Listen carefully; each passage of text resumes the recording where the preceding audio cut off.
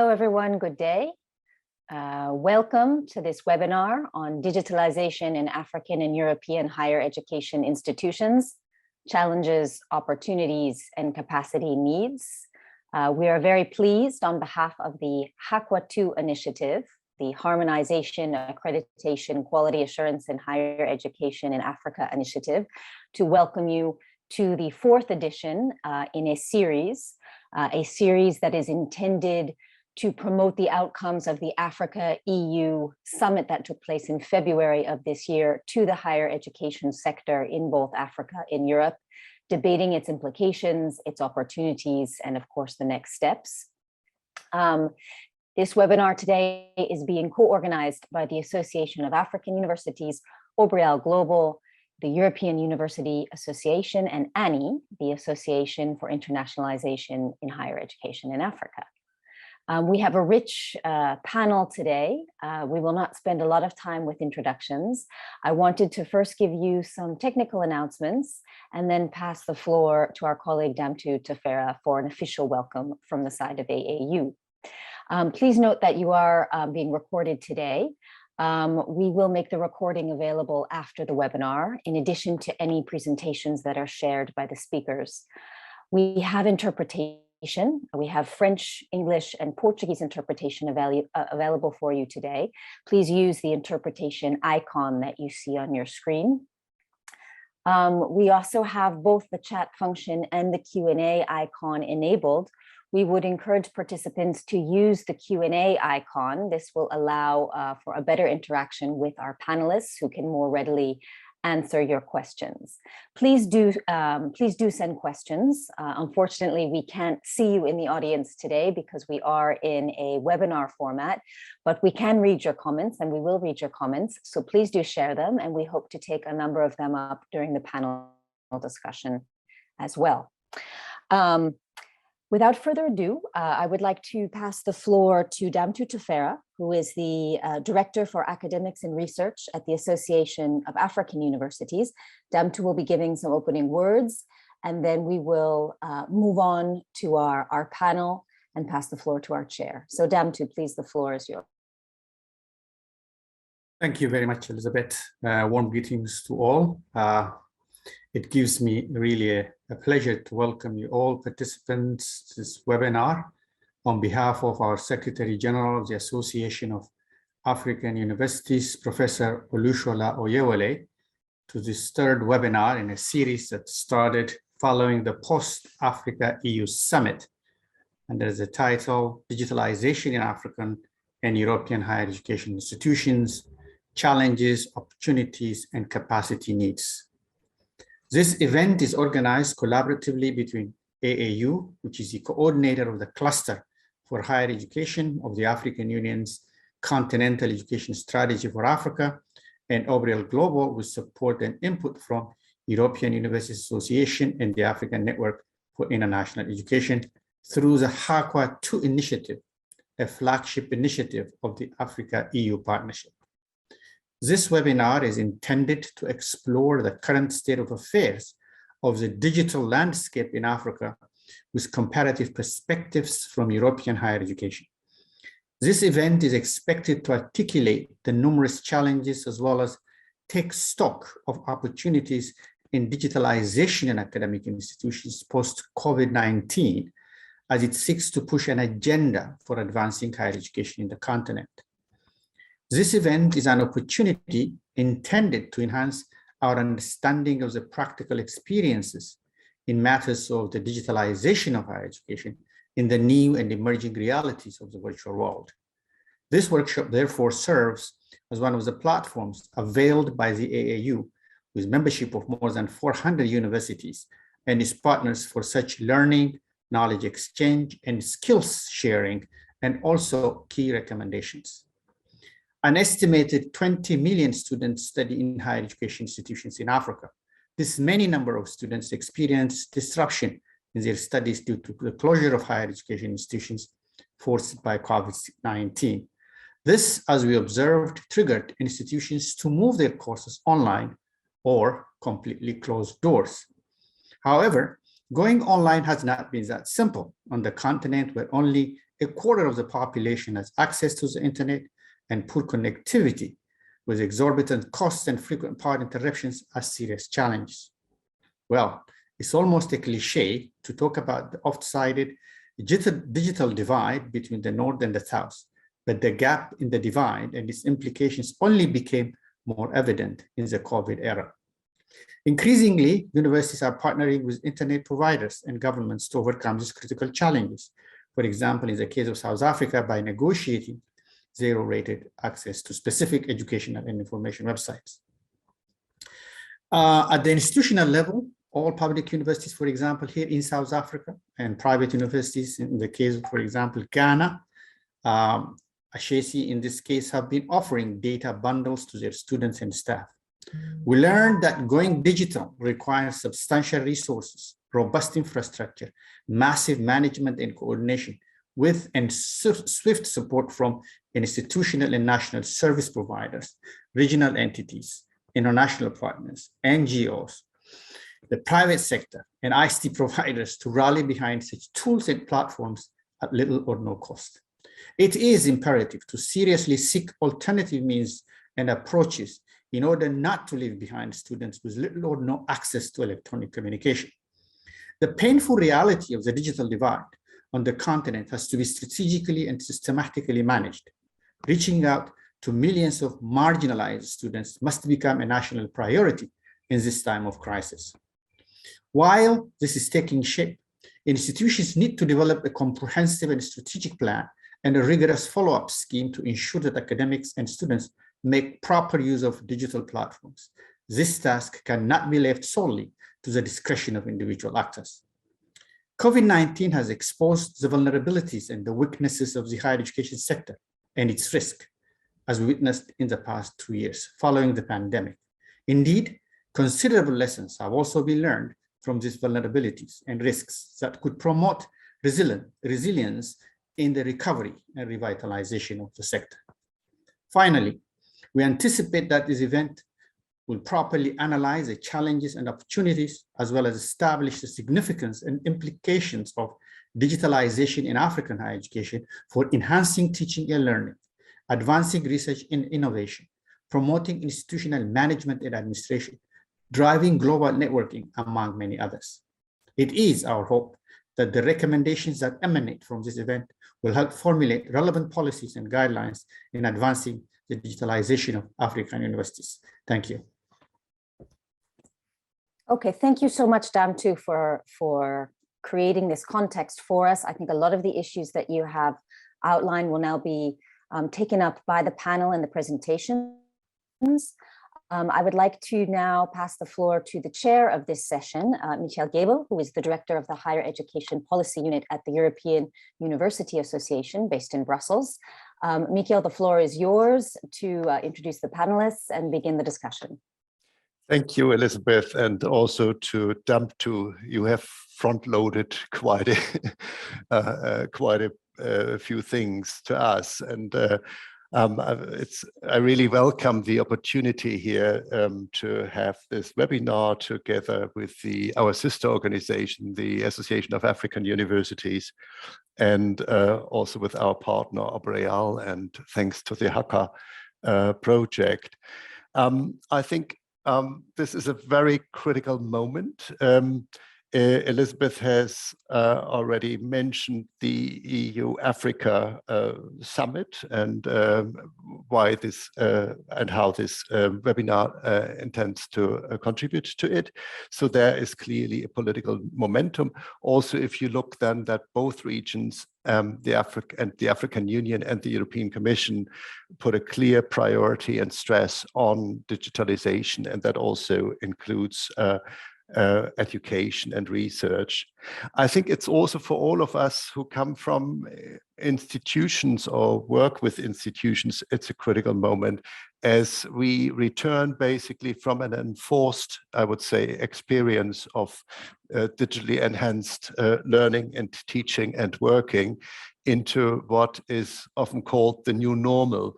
And we are still trying to find out and to explore what the new normal actually means to us. And I think whereas over the past 2 years, we were forced to work in the way that we work, mainly online or in some kind of blended, we are now back to a situation where it is actually about making choices and having to bring in the arguments and to convince colleagues why we want to do certain things digital.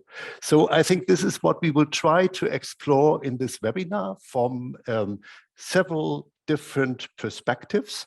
I'm joined here by 5 colleagues that will introduce themselves in a second.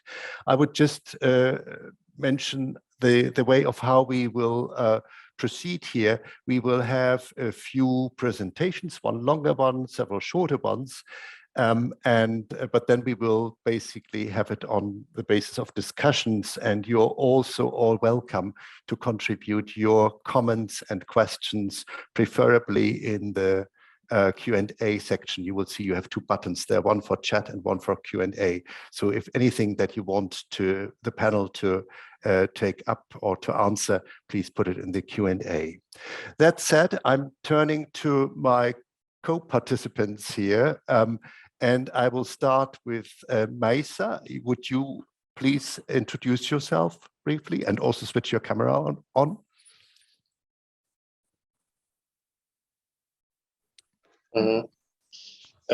Oui, bonjour. Merci beaucoup. Yes, hello. Hello, everybody, and thank you very much, Michael. Thank you, and hello to all the participants here today, all the participants in this panel. I am at University Saint Louis in Senegal, and I am also the coordinator of the Mathematics and Computer Science Center in Senegal. This is a project that is also supported by the World Bank, and I'm also the leader of digital science community at work. It's a science and technological community that encompasses 3 different countries. I'm also part of another network that does research on technology, and I am part of the network for teaching in West Africa. So, well, I'm really wearing different hats here, and I'm trying to fulfill different roles here in the continent. But just to tell you, at the Center of Excellence for Mathematics and Technology, we provide training, research, innovation, and we try to value all technological resources. We deal with digital tools and applied mathematics and applied physics, and we try to do some capacity building as well in all of this. Now, I'm going to leave it here so that I can give the floor to all the colleagues. Thank you. Thank you very much, Maisa. So we have an African institutional perspective, but also a European institutional perspective. Sharon, please.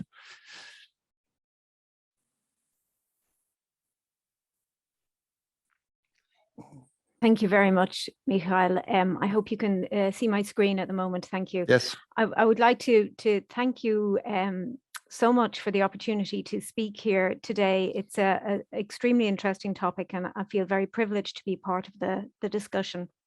So just to say a little bit about myself, I work with the Irish Universities Association, which is the representative body for 8 universities in Ireland, right on the very west, the extreme west of Europe. And for the last just over 3 years, I have been managing a project called Enhancing Digital Teaching and Learning as part of the Irish Universities Association. So I'll just tell you a little bit about the project and a little bit about the outcomes of it.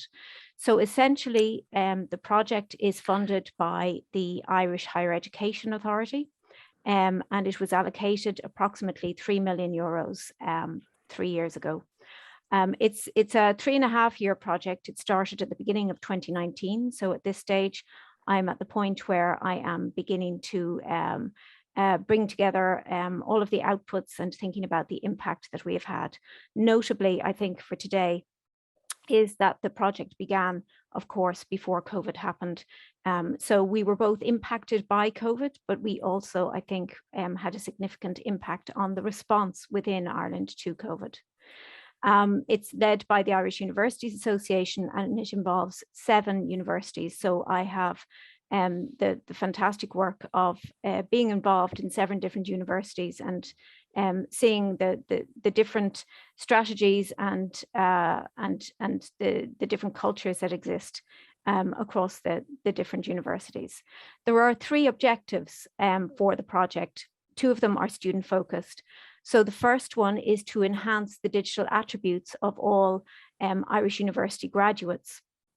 The second one is to enhance the educational experiences of Irish students through the use of digital technologies in teaching and learning. So essentially to enhance the student digital learning experience.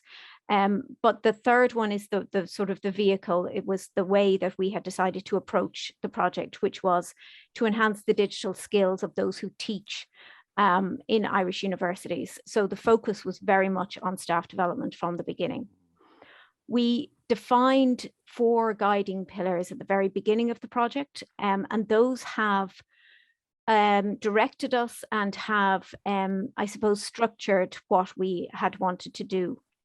So I'll just run through them really quickly. The first one was to recognize that no university was starting from zero, that everybody already had a certain amount of capability and expertise in using technologies for teaching and learning.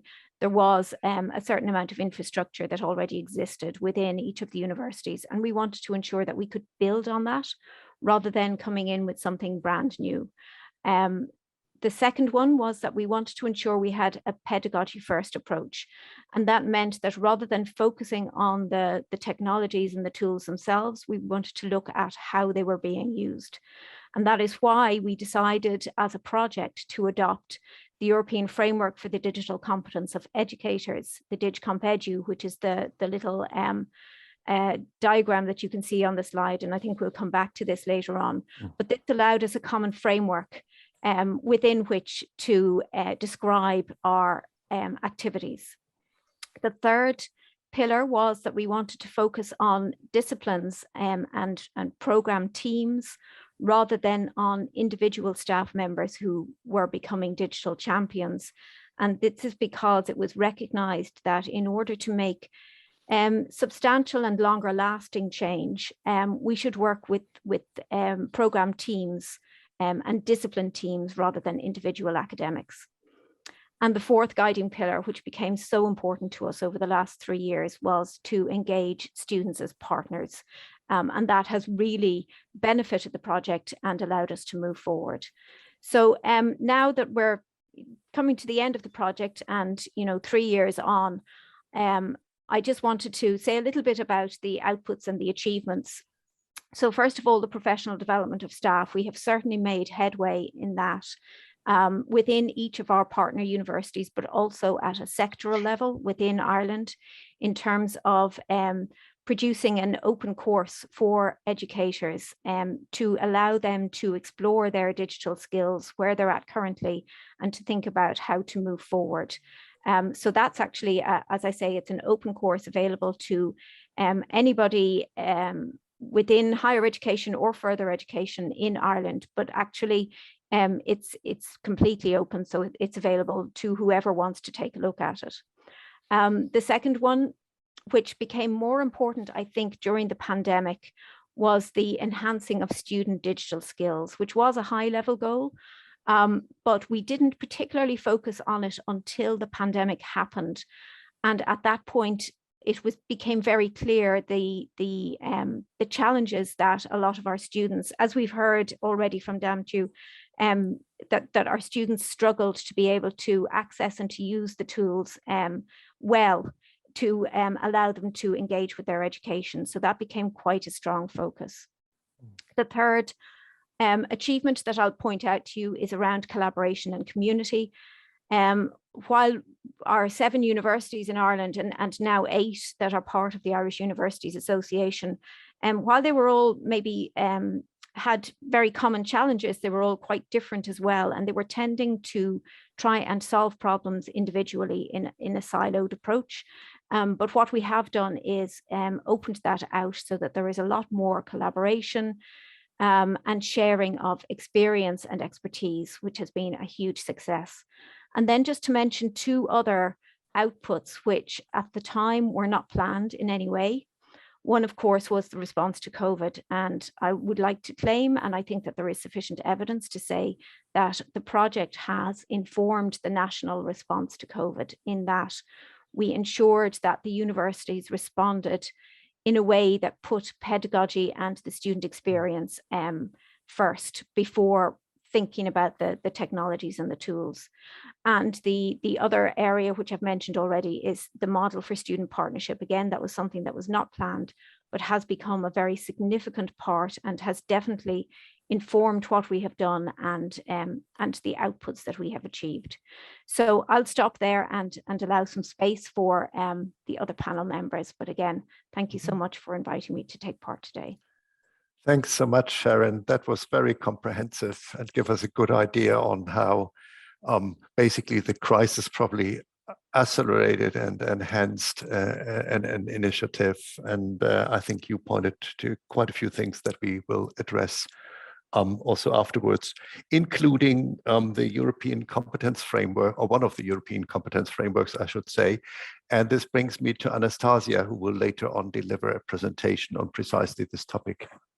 Anastasia, you want to introduce yourself briefly?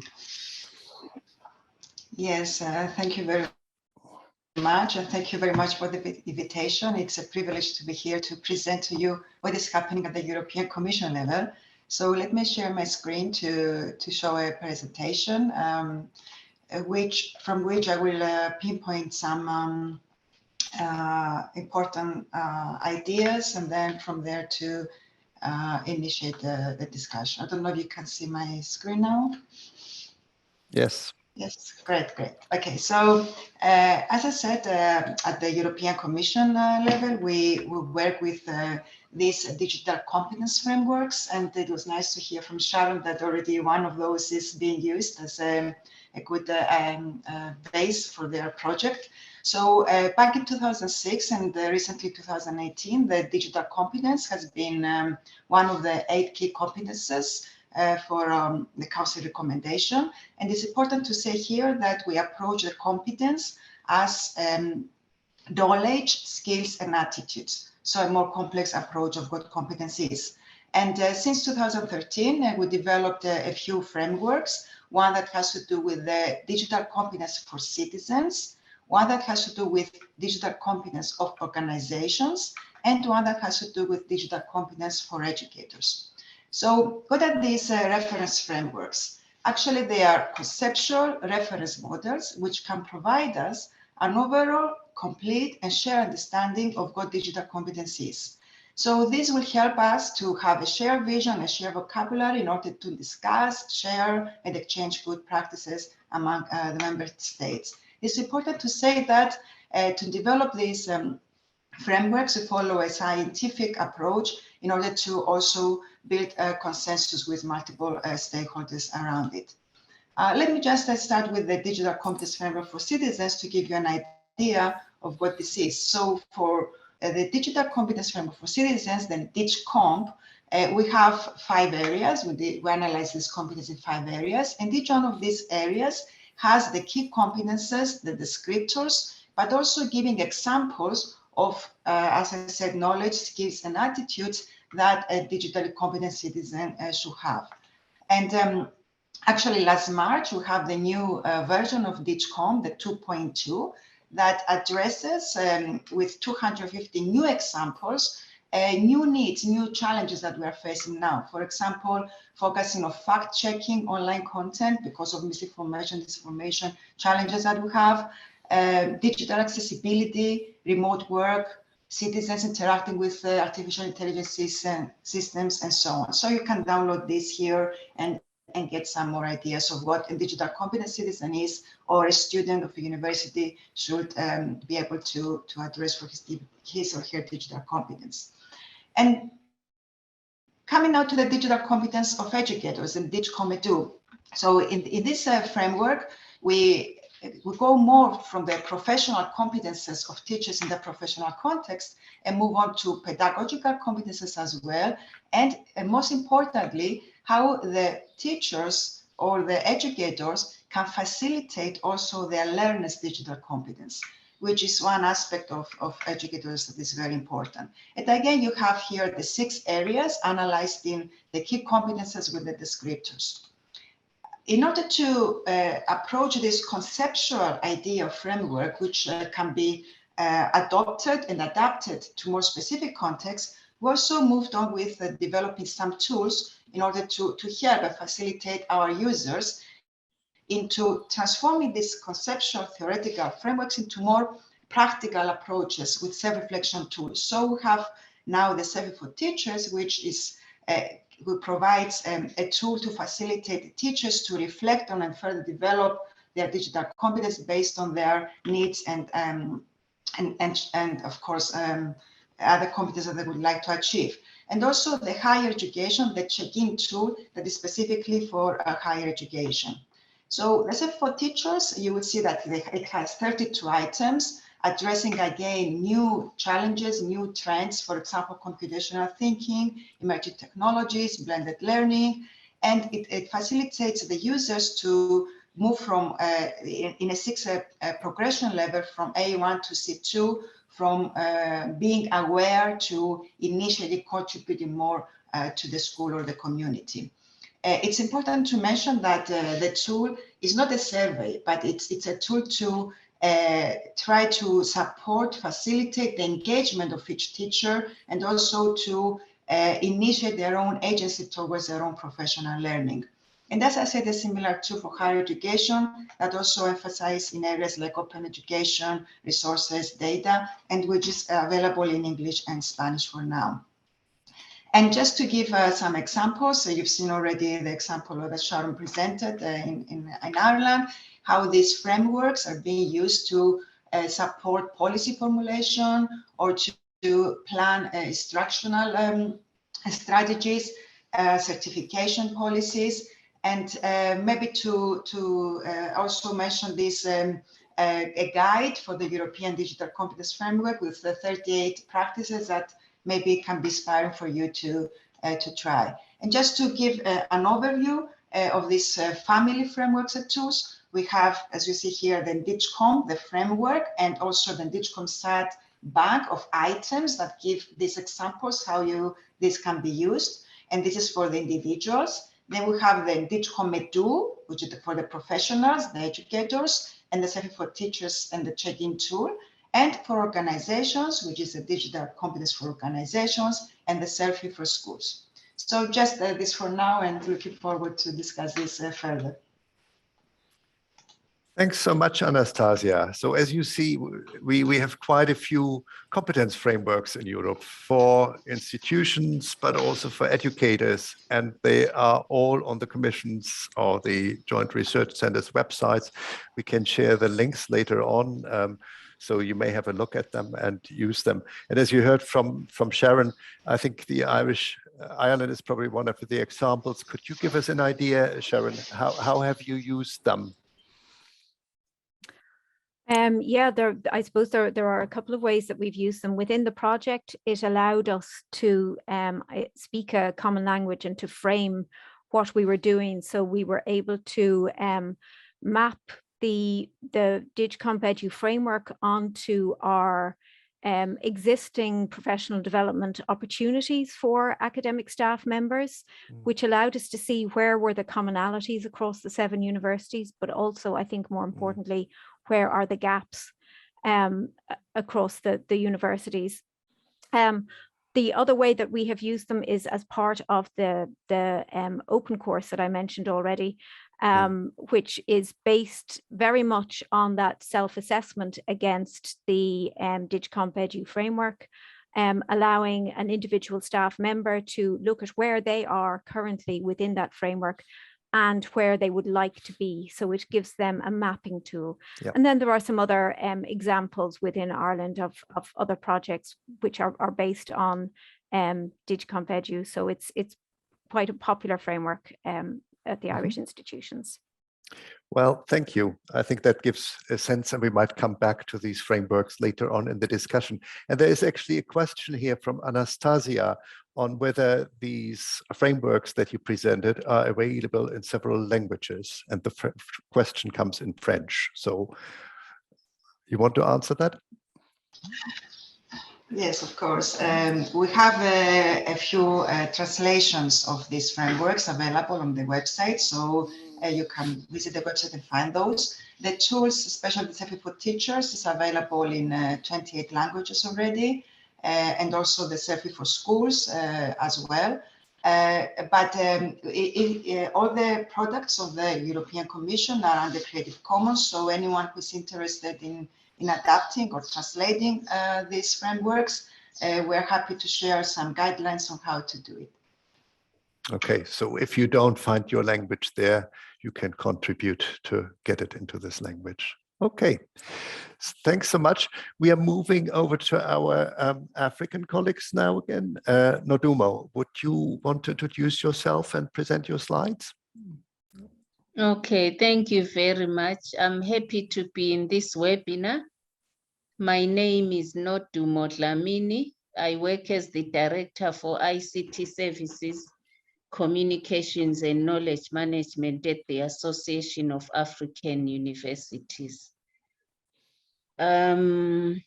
Concerning what we are doing as an association, I'll begin by just introducing the association. We are a 55-year-old network of over 400 universities in Africa.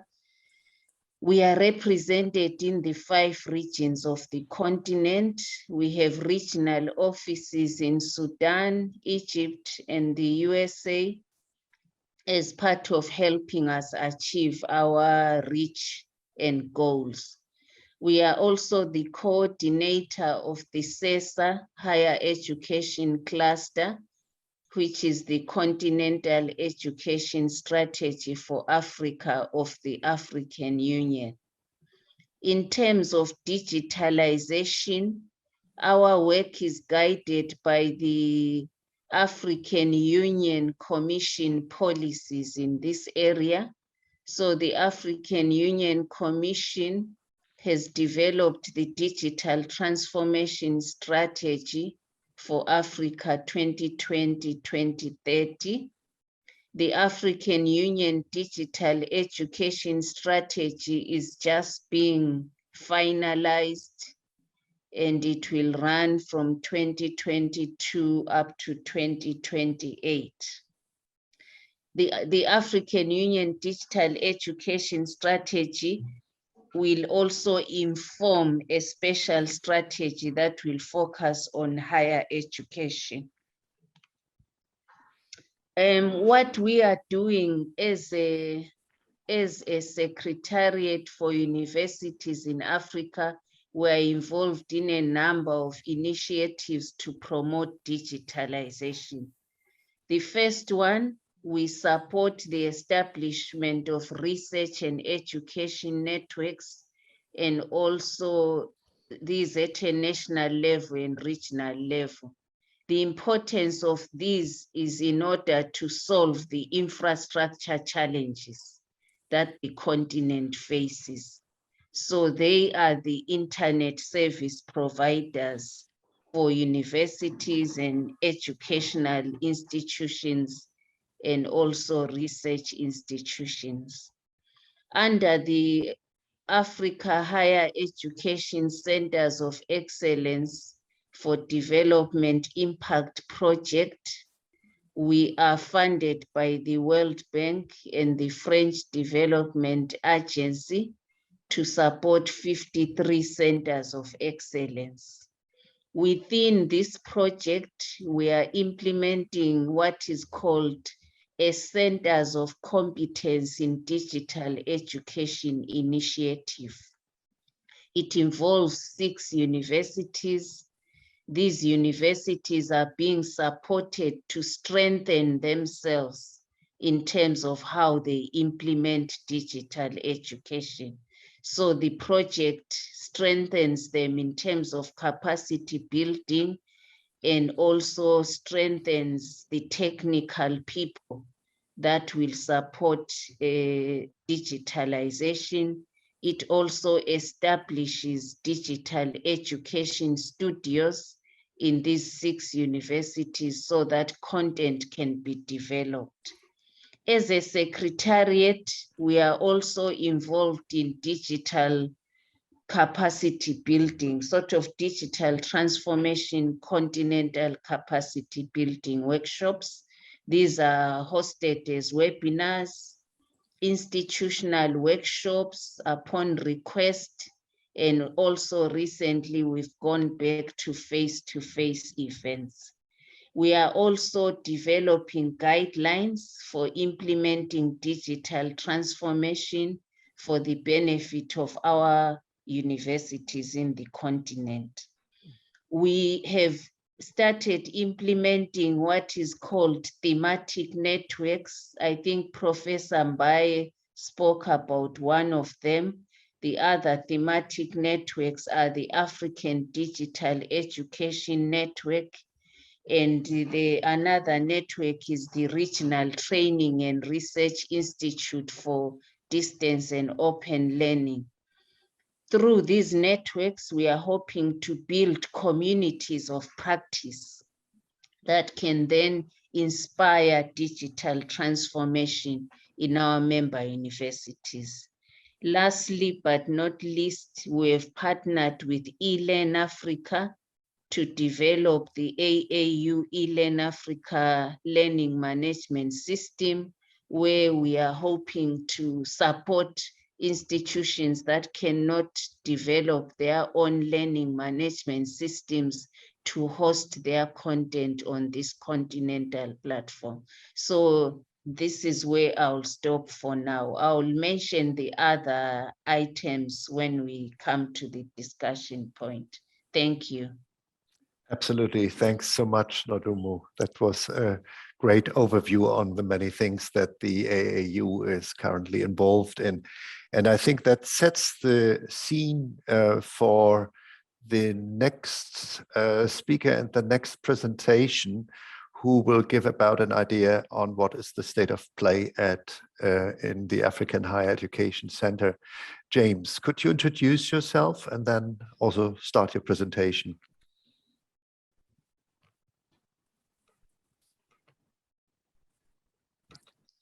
Okay, so sorry, much. I just see there's somebody who says that he has no translation into French. Normally this should work when there is if you look at the lower menu, there is a little globe which says interpretation, and then you just have to choose the right channel there. And that also goes for Portuguese and English. Okay, sorry, James, the floor is yours. Yeah, thank you so much, Michael, and all participants in this webinar. It's a pleasure for me to join you and to join all our partners who have worked together with us in organizing this. I'm James Jovi, representing the African Network for Internationalization of Education, which is an African membership-based network of individual members, researchers and practitioners working mainly on research, capacity building, advocacy, and information sharing on the international dimension of higher education in Africa.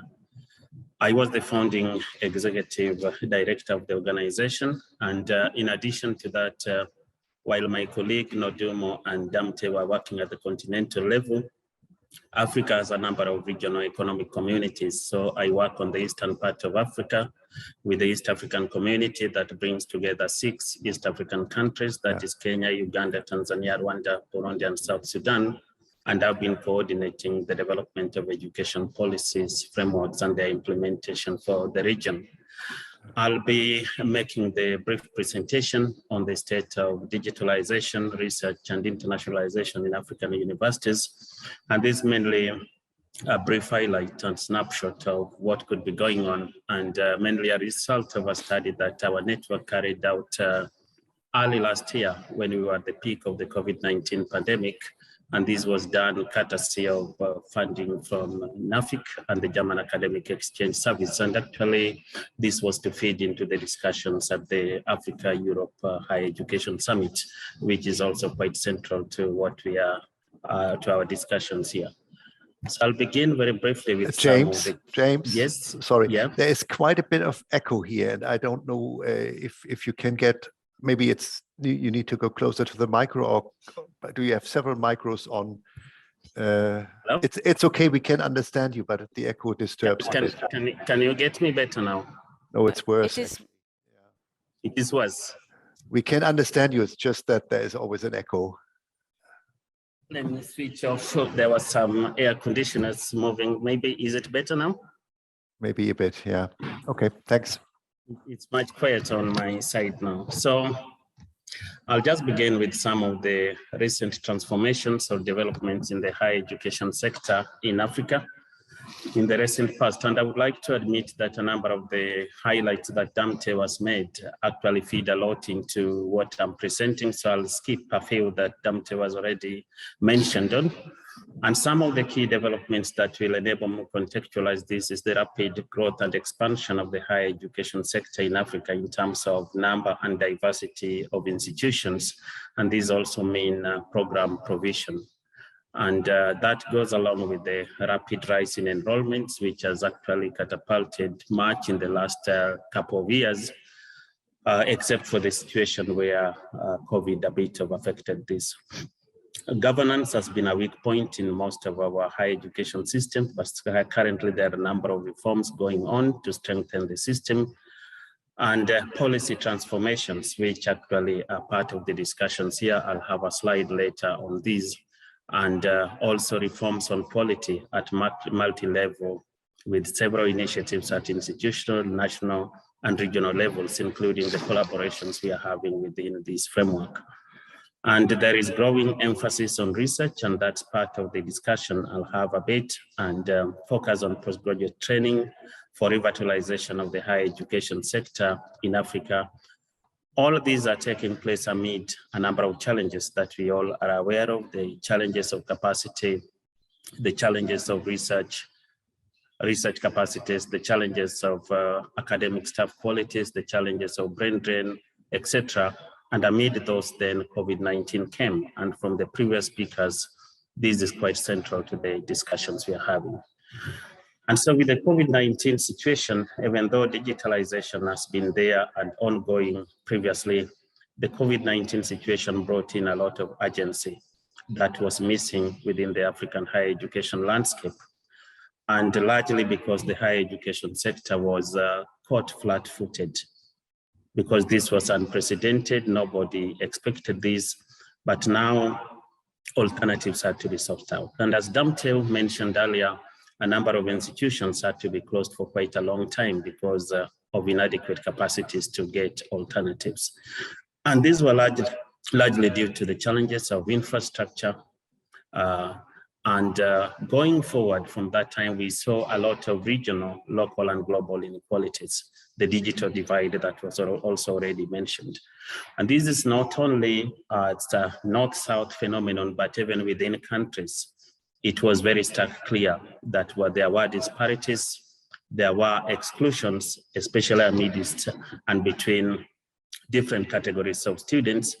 And also the attempt by universities to embrace digitalization brought even much more challenges, thus even foregrounding and making worse the challenges that the universities were already experiencing. Our study, which we undertook, was mainly to look at the impacts of COVID-19 and digitalization on early career researchers. And this also meant that we had to look at the impacts of these on supervisors and the research context within the African universities. And this is contextualized within the critical role that African universities and universities elsewhere have in knowledge generation innovation, and this is specifically for Africa's development for this case. And there has already been recognition within this time that digitalization has many opportunities and potentials for research productivity in Africa. And this is not only for postgraduate training, but also to enhance and make collaborations much more global, much more collaborative, and to develop more creative societies. And I think this is the context within which we are discussing this as a matter of EU-Africa collaborations. We could actually take stock and look into the opportunities that this could give us. Also using it to respond to some of the funding challenges that have been there previously, taking advantage of the digital opportunities to enhance research collaborations, postgraduate training, and the costs that have been associated with research and mobility. With regard to internationalization, and I'm pleased that Damte is here, and very happy to mention that Damte was the founder of the network that I'm leading about 13 or so years ago.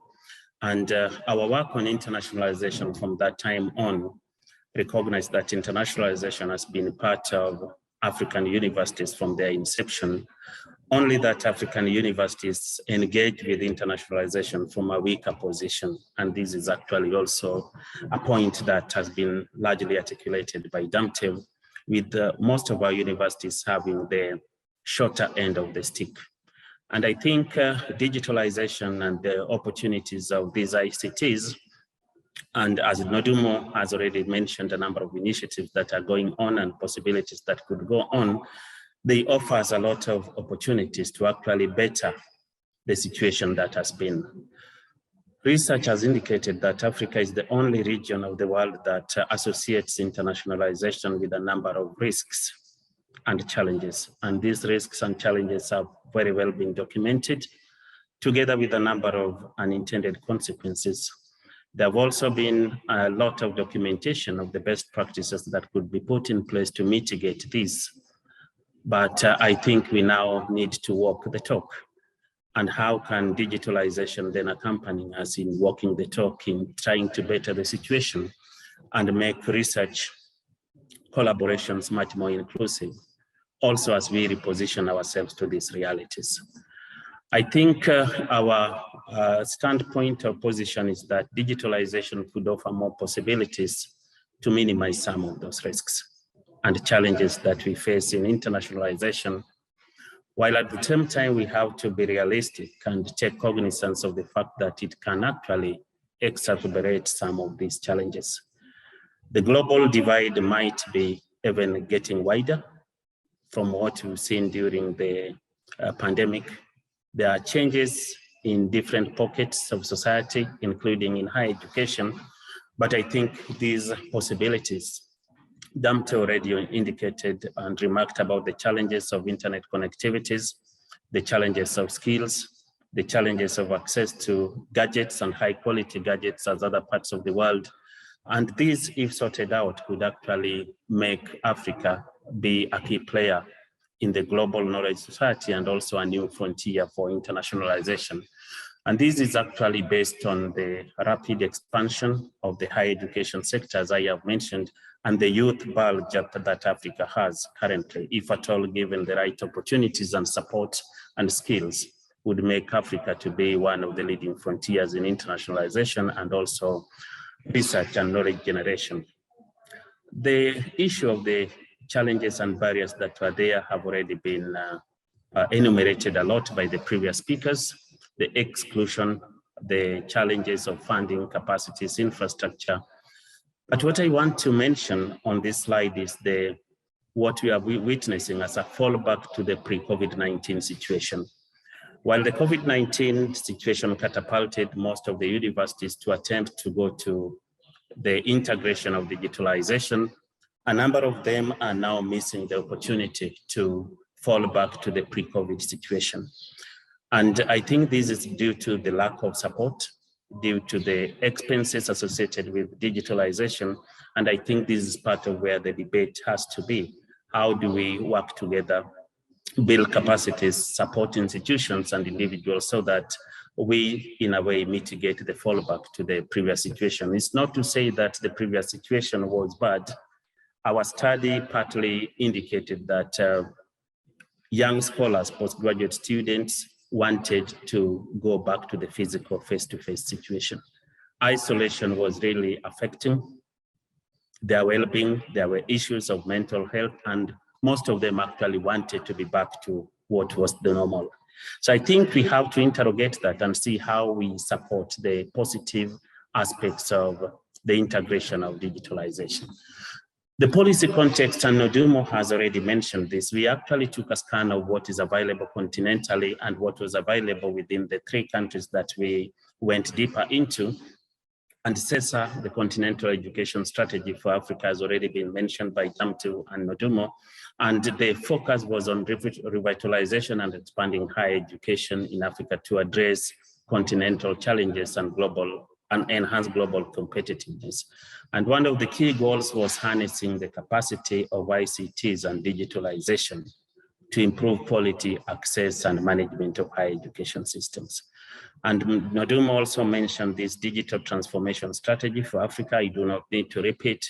And also the Africa Open Science Platform, that actually one key statement we got from there was that a country that does not develop its digital skills might actually use relevant skills to their people, which is borrowed from elsewhere, and thus making a call to countries' higher education institutions to play the key role that they should play.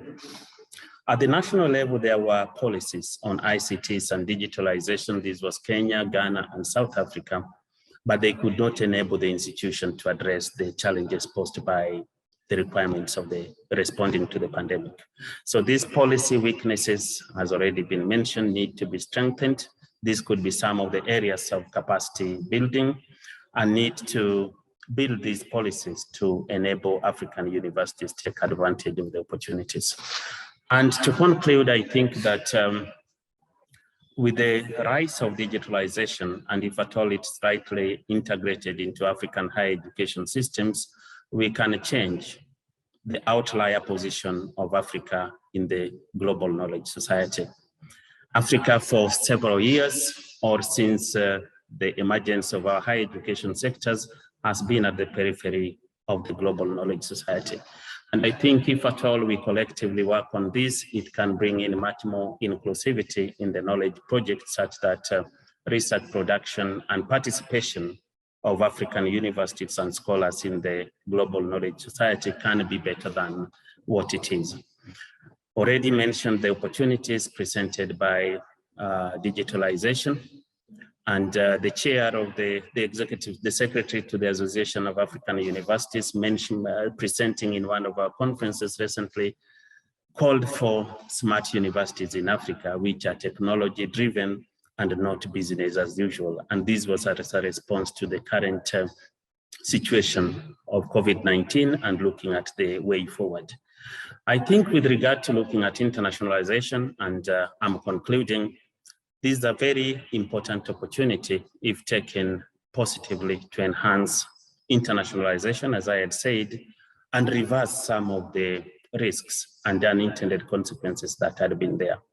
There are certain implications on mobility. There are obvious implications on research collaborations, which could be positive. And I think there is need to do much more together. And the way African universities have responded to the COVID-19 situation, which I think was a big shock to the system since the birth of university education in Africa, actually shows a bit of the resilience of the higher education sector, both in Africa and globally. And I think we can still achieve much more together. I want to end here. I think my 10 minutes are over. Thank you so much, Michael, and other colleagues. Thanks. Well, thank you, James. And just looking at the chat, you got some really positive comments here. So your presentation was appreciated. And I think it gives us quite a bit of food for thought. And we should take probably a bit of time to dissect that a bit and look into different aspects.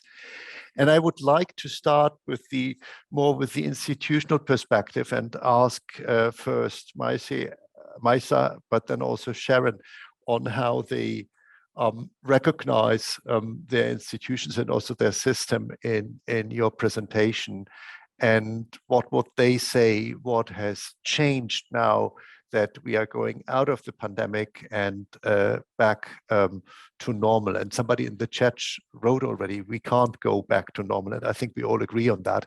But what does that actually mean? Maisa? Maisa? Okay. Merci beaucoup. Thank you very much for this question. And thank you as well to all the speakers for all these presentations.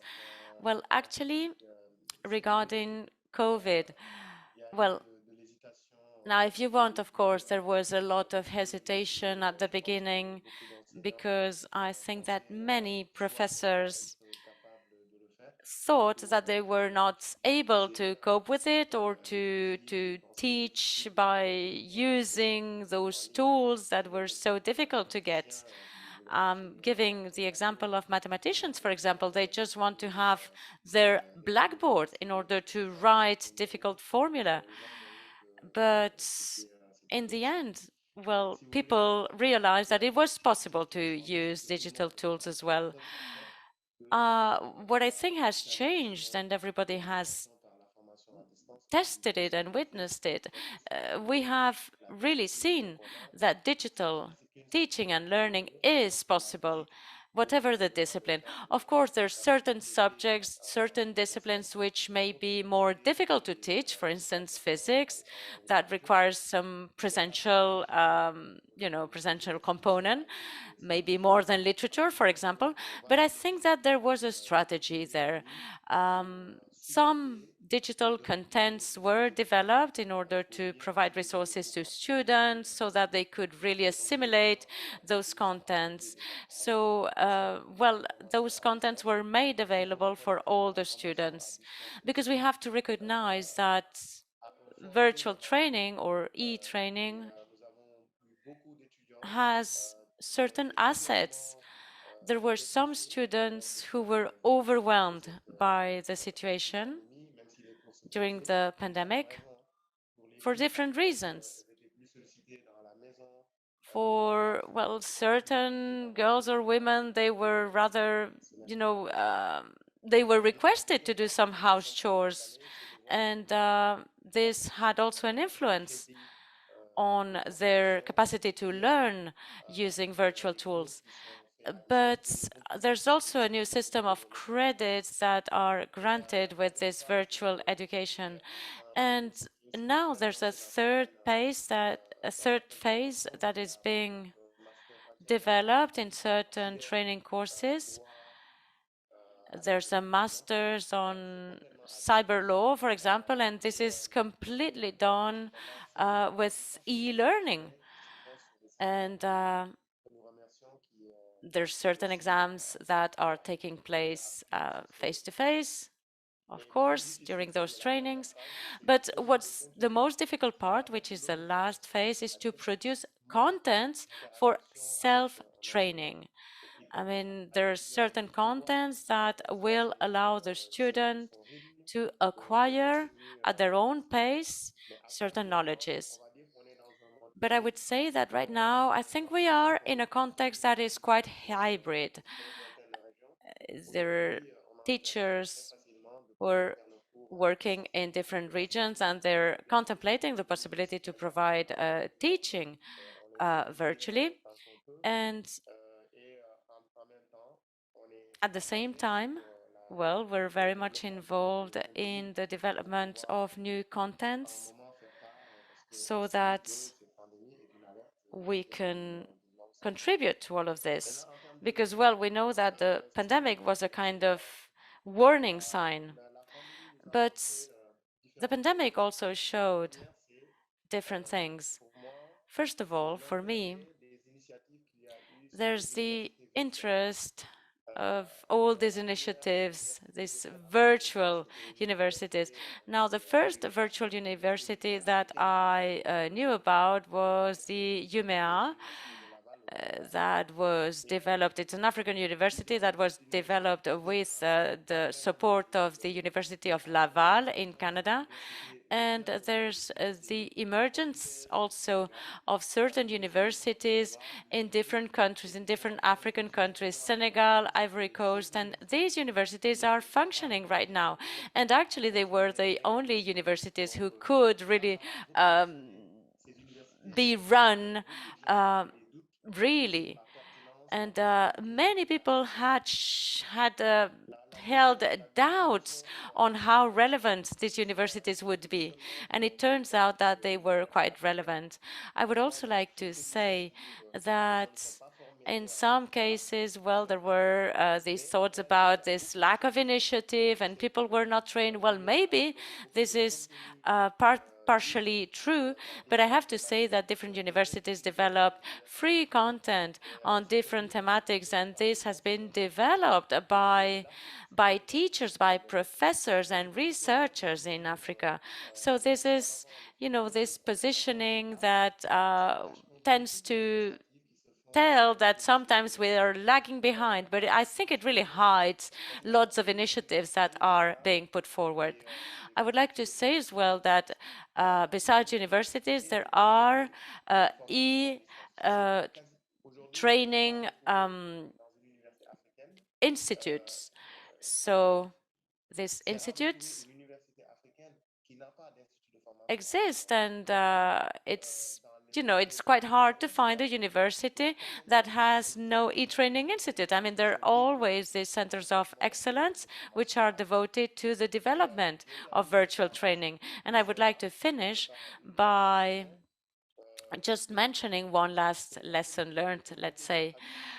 It's the community of practice. During the pandemic, we've seen that there were certain community of practices in the field of our agriculture, for example, or climate change. You know, these are communities that do some research for African development, and they really showed how much can be done in these situations in terms of the capacity building when it comes to digital tools, but also when it comes to the production of content. And actually, regarding this development, we have a reference in the CAMES, which is our French-speaking center, and also in Senegal. I could give you more detail because there's so many things that are being done right now, depending also on the infrastructure. Infrastructure is a challenge that was mentioned actually before in terms of how to give access to students. I may add something later on to tell you a bit more about this. We have certain difficulties, that's true, but there's so many initiatives that are being carried out. What you just said about that every university has now so that's clearly an outcome of the COVID that didn't exist before. Did I get that right? Sorry, Maïssa. J'ai entendu deux traducteurs en même temps. Ah, ok, pardon. Donc, excusez-moi, vous pouvez répéter la question? Oui. So that every university has now a distance learning unit, so that didn't exist before the COVID crisis. This is clearly an impact that the crisis had on the African higher education institutions. Is that right? Non. En réalité, si vous voulez, le travail sur les formations à distance. Really, the work on distance learning, my experience was that, well, there was universal francophone, French-speaking agency had already launched distance learning for the last 15 years. This had allowed to develop distance learning and to stimulate universities to create these institutes of distance learning. But of course, it has COVID given it value, but it's been going on for 15, 16 years in the universities in Senegal. I mean, James mentioned a strong pressure to go back to campus. Is that something that you see in Ireland? Thank you, Michael, and thank you, James, for such a fascinating presentation. Yes, absolutely. One of the things that struck me from James' presentation was how much there is in common, I suppose, with the Irish experience. I agree so completely with the challenges that were set by COVID and how the universities responded to those challenges. I think there's a lot in common there, particularly around the exposing of the digital divide. You know, even within a country as small as Ireland, there were huge issues for some students in terms of access to devices, access to infrastructure, and that posed huge challenges. And the isolation that was felt by some students was something else that James mentioned. And I suppose it's almost a response to that overwhelming isolation that was felt by some students, that they do want to come back on campus. They do want to have that social experience. What's not clear is whether they actually want to be back in the classroom, because what we found over the last 6 months, I think, in common with many countries across the world, is while students maybe are back on campus, they're not actually appearing within the lecture theatres. So that's something that we need to consider. And I think what it points to is the need for a lot more flexibility in terms of what we can provide for students and how they can access their education. The other things that I recognized in James's presentation were around the wellness issues, and I think that applies to students and to our staff members, because I think at this stage everybody is tired, everybody is exhausted. Our staff have missed out maybe on research opportunities, and they want to get back to their, particularly within the universities, which are so research focused. So what I'm hearing is that staff have limited capacity in terms of time and space to develop further digital enhancements in their teaching and learning. And that's one of the drivers, I think, to wanting to get back into the classroom. The other thing that I noted down was the exposure of maybe some of the lack of appropriate quality standards that existed. And I know that there were particular issues, I think probably because our response was a reaction, you know, it wasn't something that was planned. So many teaching staff tried to just move their classroom approaches to teaching and to assessment into the online world, and that didn't work in a lot of cases. So there were issues around things like lecture capture and recorded lectures, and the academic integrity and how to meaningfully assess students in an online environment. And those were all challenges which were very difficult to address, and perhaps we didn't address them very well. The other thing that would you say, if I could just ask, Sharon, would you say that these are only genuinely digital challenges, so that have to do with the medium and the way of provision, or that also unearthed probably some weaknesses that we had in learning and teaching more generally, and we just became more aware of them? Oh yeah, hugely. It comes back down to our practices. I mean, I think it exposed them rather than creating them.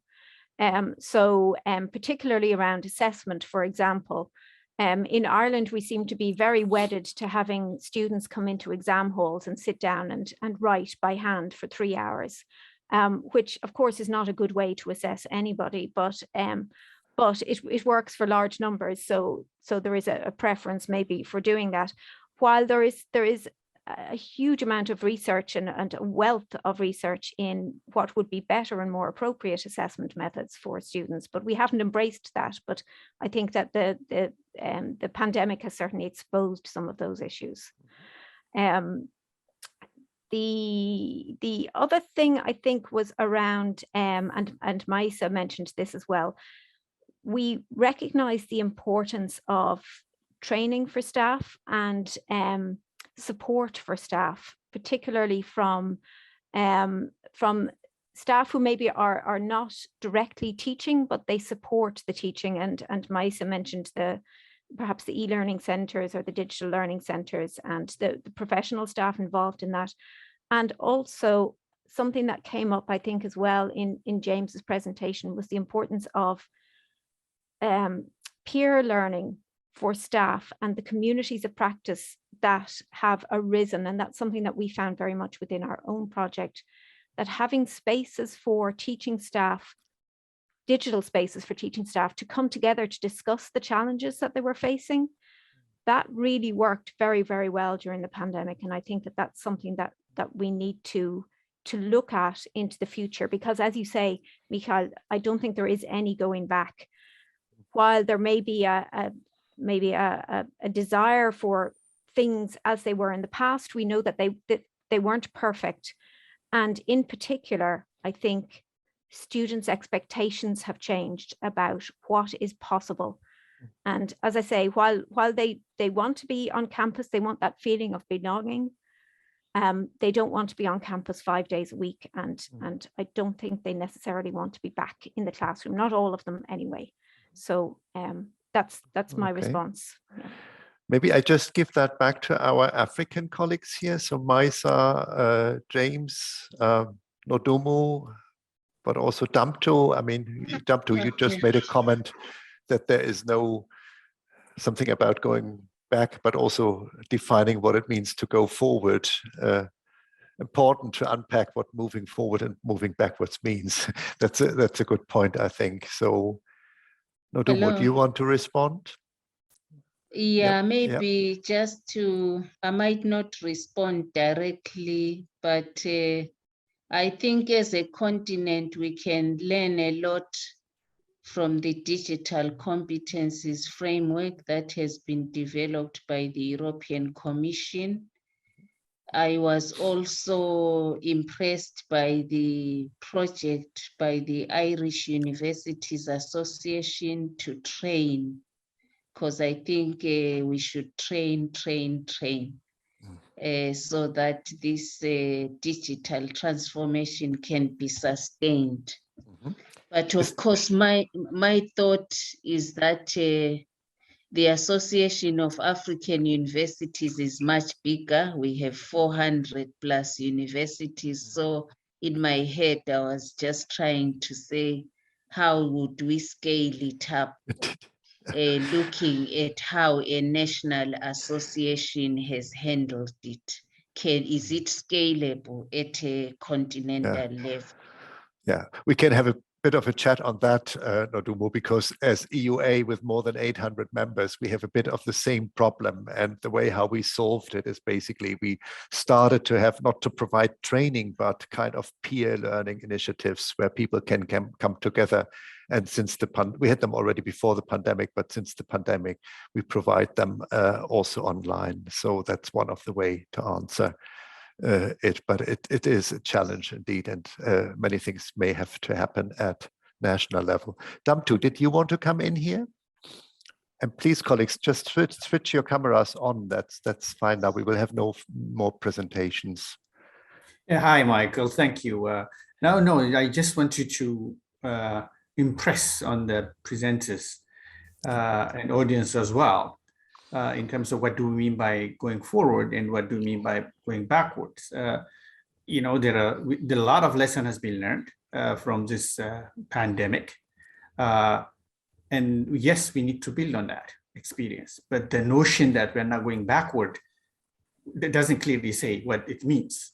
Are we not going back to classroom? Well, if you call it that backwards, I would rather go backwards than forwards on that issues. I think what Sharon was indicating earlier in terms of students not wanting to be in class for 5 days, it's a very interesting one. But we need to have a very, exhaustive study.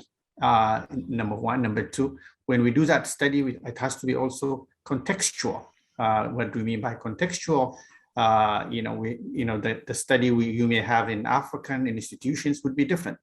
Even within African institutions, lots of varieties exist. So without taking too much time here, Michael, I'm simply trying to impress what we need to unpack, what we mean by going back and going forward. Thank you. I think you are absolutely right.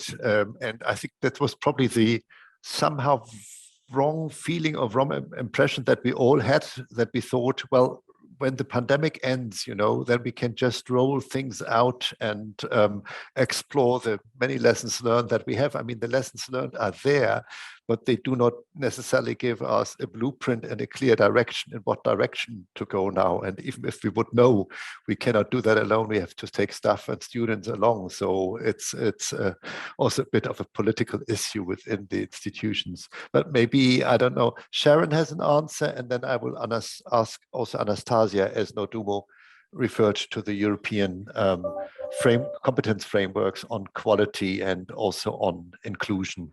And how they can contribute there. So Sharon. Yeah, just very briefly. And obviously, I think that the classroom is important, Damtu, but I think that we need to look at what we're doing when we have our students in front of us physically.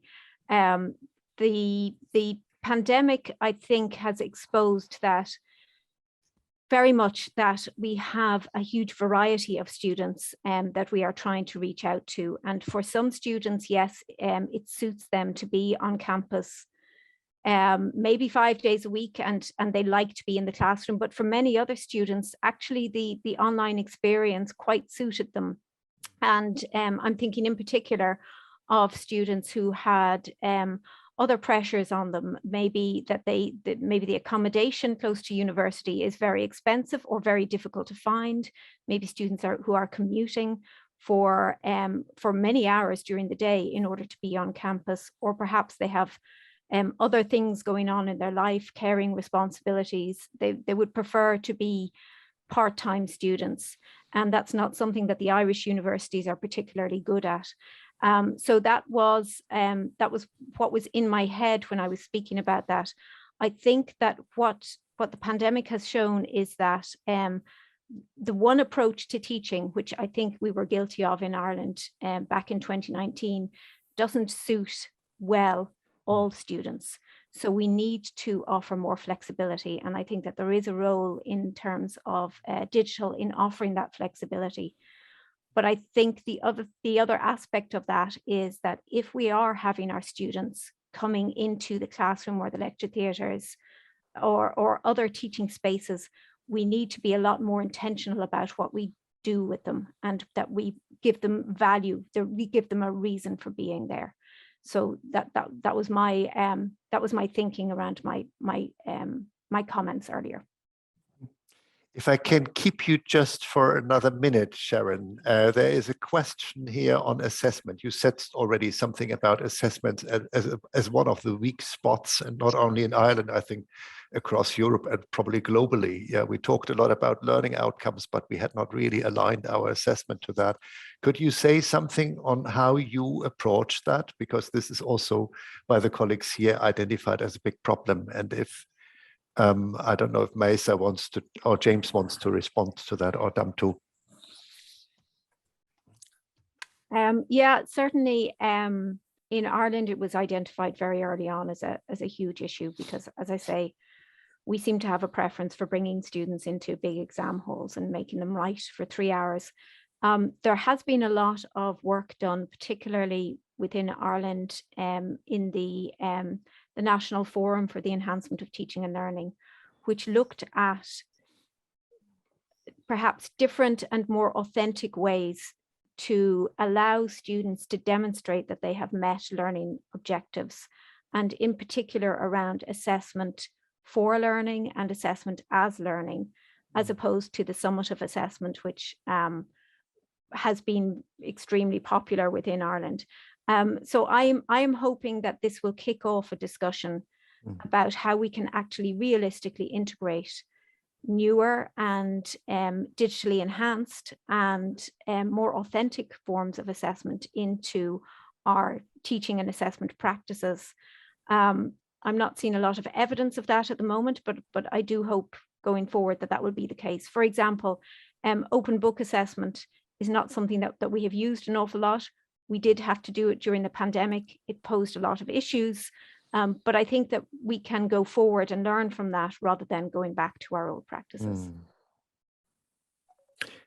Any of the African colleagues on this? Damto, please. Yeah. Yes, I think I was hoping Sharon would state a little more about this issue, but let me state this.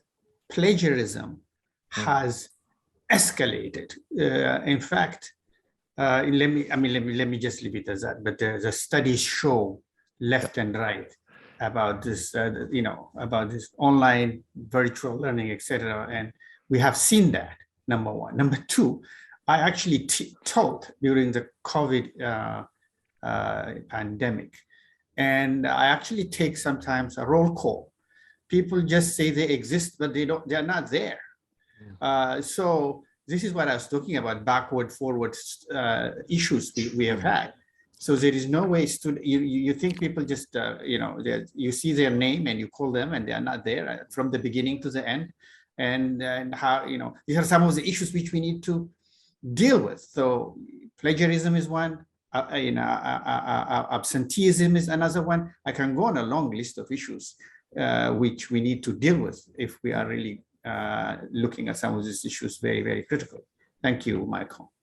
I think we all experienced this also in Europe, plagiarism, and also, but I think the point is that we had plagiarism already before. It was already a problem before. And the second point is that we also, I think we are more alerted that the fact that a student is physically present in the classroom does not necessarily mean that she is currently learning or that she is really engaged and participating in that. So, but hands are going up now. I have first Maisa and then Anastasia.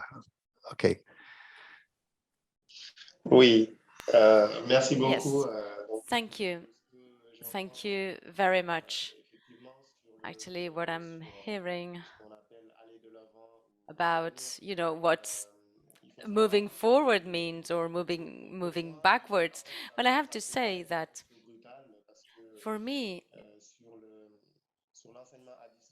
regarding e-learning, well, there's so many students who are not prepared to get this kind of learning because they have the habit of interaction with the teacher, with the professor, the habit of seeing the teacher, and this helps the student focus, even though they do not always, well, students not always ask questions or interfere or comment their doubts. But what we've seen is this, actually, we've seen this with e-learning.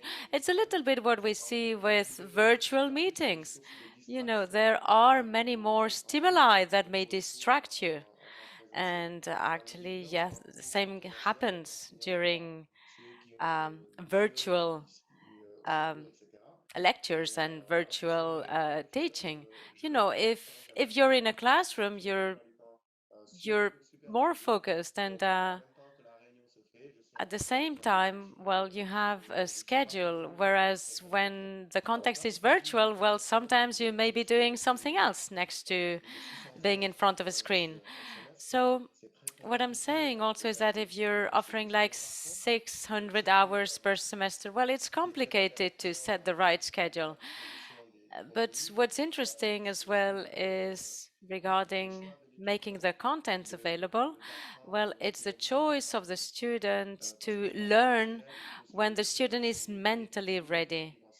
Because, well, it means that when the resource is available, after the lecture, well, this gives a possibility to the student to come back to it and to use that resource again after the lecture. So this is really good. So these were, the challenges were not so much the student, but also the teachers, because we have colleagues who have like 30 years of experience and they have trained lots of people, but they have quite basic knowledge about digital tools. I do not mean that they're not competent, but they're not used to this kind of training. So I think that, you know, we need to cover all possibilities. We need to be flexible so that we can adapt to the different situations and the different needs of people. But we need to bear in mind as well that this facilitating access does not mean that we're going to simplify training for students, because many students may think that, well, it's going to be simpler. No, e-learning, well, our experience that we have with totally virtual master courses is that they take place in 10 months, but we need 14 months to do that if we want to choose the e-learning option, because the student needs a little bit more time in order to assimilate all the content. And sometimes it takes twice as longer to him or to her to do the work. And so we have to think about this. We started developing this during the pandemic, but then now we're just experiencing this. And at a certain point in time, researchers, well, you know, when it comes to professors and researchers, we started working with those who were convinced by the possibilities of digital tools.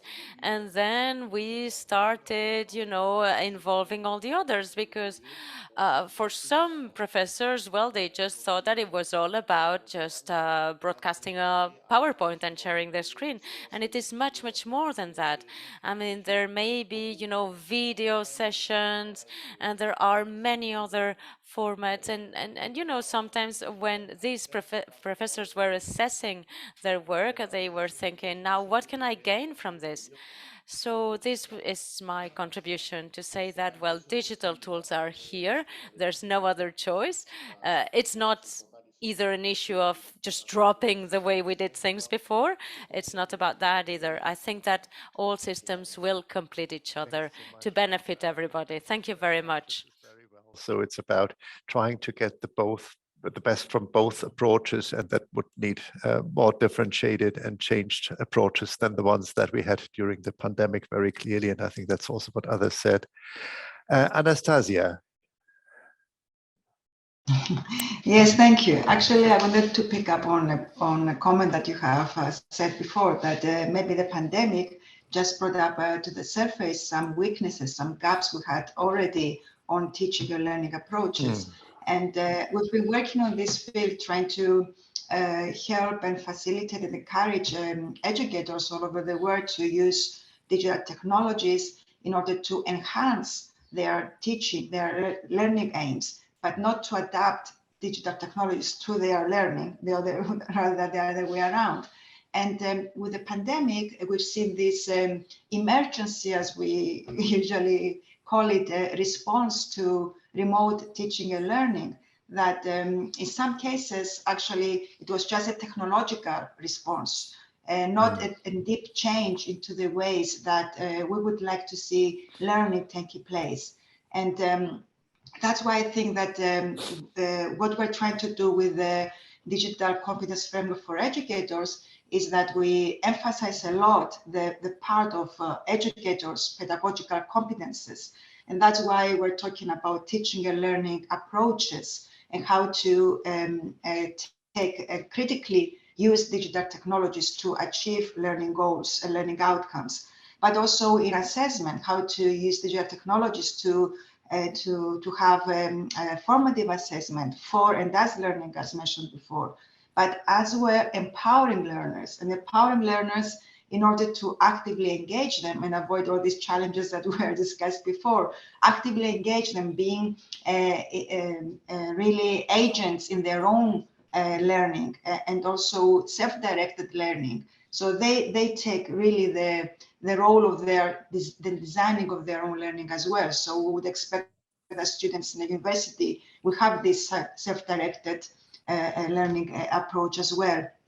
But I mean, I would say that there are a lot of initiatives, and we've heard already a few here. But maybe I would like to mention one that recently it's in Africa, from Yarnouk University in Jordan.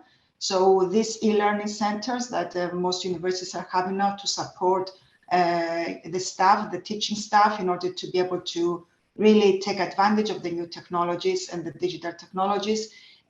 So they translated actually the tool, the self-reflection tool that we have in Arabic, and they have all their teaching staff using this self-reflection tool, and based on this to identify the weaknesses or the strengths that the academic staff has already, then design courses based on the 6 areas of the framework. And I mean, with the new year, they are going to create groups of peers with the same needs in order to proceed with this supporting of their academic staff there. And I think these are excellent initiatives. And what I heard here about the communities of practice and peer learning, we are trying to bring together such initiatives. So we have the DIGCOMP community that I mean, people here can also register and get from there good practices and really see what is going on. I mean, we have many examples, for example, in Denmark, Aachen University, in Sweden. So there are many things that are going there towards that direction. But if I have time, I've seen a not question really. Yeah, but if you can briefly answer, if you can briefly answer that, that's fine. But I think we are already over time. It was about a connection about the frameworks and the Erasmus Plus funding. Yeah. Yes, indeed, there is a connection. So you will see in the Erasmus Plus funding that there is emphasis on the digital and green transformation and transition. And there, except for teachers, DIGCOMP, check-in are highly focused. So please go ahead and explore this funding as well. Indeed, what we call the twin transformations, and which I had here on my list of questions, but we are not getting to that, unfortunately. 1.5 hours looks like a long time, but it's already up now. Sorry for that. I think I would not be able to summarize it here, but we saw quite a parallelity in what we experience at higher education institutions and systems in Africa and in Europe. No doubt the challenges are very different, not only between Africa and Europe, but also within the respective region. But I think what we have seen is that it is a lot about rethinking and reflecting on the way of how we do teaching, not just a question for teachers and students, but for the entire institution and also at systems level. And this is clearly something where we can have very fruitful discussions and learn from each other and try to solve the questions. Apologies if we were not able to answer all questions that have been put in the chat. Thanks so much for being so active. One question I can answer here, the resources that we have presented here, we will share them. And I think I hand over to Elizabeth. She will tell you more about this in detail. And thanks to my co-panelists here for this very lively and fruitful exchange. I really enjoyed that. Yeah, thank you so much, Mikhail, and thank you, panelists. I have to say that was not only a vibrant discussion in the panel, but also in the chat. You were very busy in the chat. I think it was very rich, one of the richest exchanges I've had in a webinar in quite some time. So thank you for that, colleagues. I can't make any promises, but I think given that we're only getting started on the topic, maybe with the partners here, we could discuss having a follow-up webinar at some stage. A lot more to discuss. I take the opportunity to announce the 5th webinar of this series, the Post-Africa EU Summit series, on a different topic altogether, University Research for Innovation, Resilience, and Poverty Reduction. This will be taking place on the 18th of July. You will soon be getting an email advertising the event. More information will be found on the website for this webinar series. Please do join us for that one as well, and stay tuned for a possible follow-up on digitalization, which I think is due. The resources and presentations from this webinar will be shared on the event website. We have had a request to share contact information of speakers. If we get the approval of the speakers to do so, we will do so. And we will also be making the video recordings in 3 languages available to you.